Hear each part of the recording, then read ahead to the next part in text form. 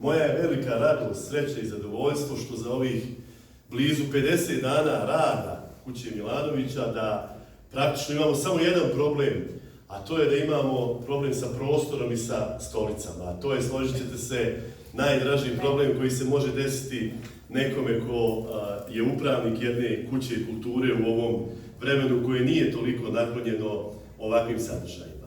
Hvala Zoranu Đuriću na divnoj ideji, hvala mu što je u protekle 3, možda i 4 decenije zaslužan što je Bora Đorđević dolazio često u naš grad i što nas je darivao svojim besmrtnim glasom i svojim zaista divnim i čudesnim koncertima.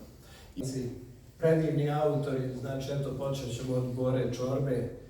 Prije je to bilo ljepše i srećenje vrijeme zato što su svaka grupa imala svog autora.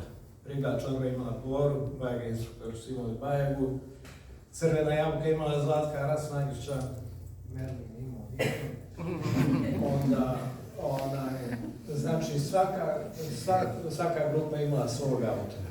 Osjećali su te pesme koje su svirali, prenosili svoju energiju i svoje emocije na ovu divnu publiku. Onaj osmijeh tamo u čošku tamo, on više ne postoji.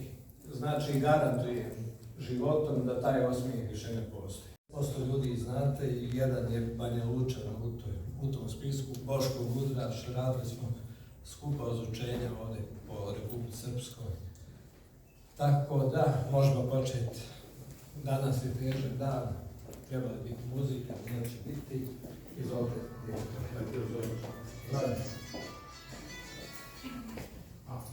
Zbog toga je bilo ono lepše i srećnije.